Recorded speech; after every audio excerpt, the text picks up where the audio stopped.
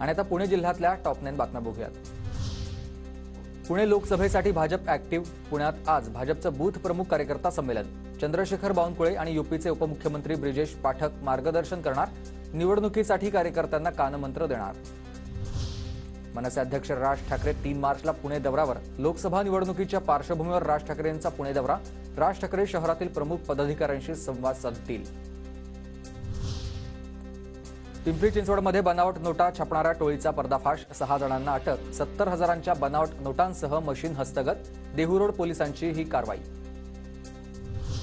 पुण्यातील बुधवार पेठ मेट्रो स्थानकाच्या नावाचा वाद समोर आलेला आहे। ठाकरे गटाच्या कार्यकर्त्यांनी बुधवार पेठ स्थानक नावाचा बोर्ड तोडून त्या ठिकाणी कसबा पेठ स्थानक हे बोर्ड लावले।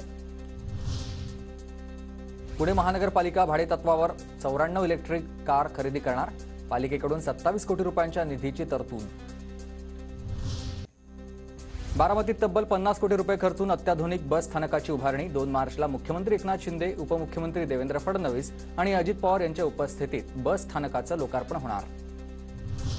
पुण्याच्या खडकवासला कालव्यावरील 60,000 हेक्टर शेती संकटात। शेतीला पाणीपुरवठा करणाऱ्या धरण साखळीतून उन्हाळी हंगामासाठी केवळ एकच आवर्तन।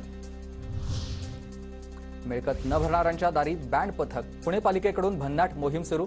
बँड पथक पोहोचताच आतापर्यंत 1,58,00,000 रुपये मिळाले।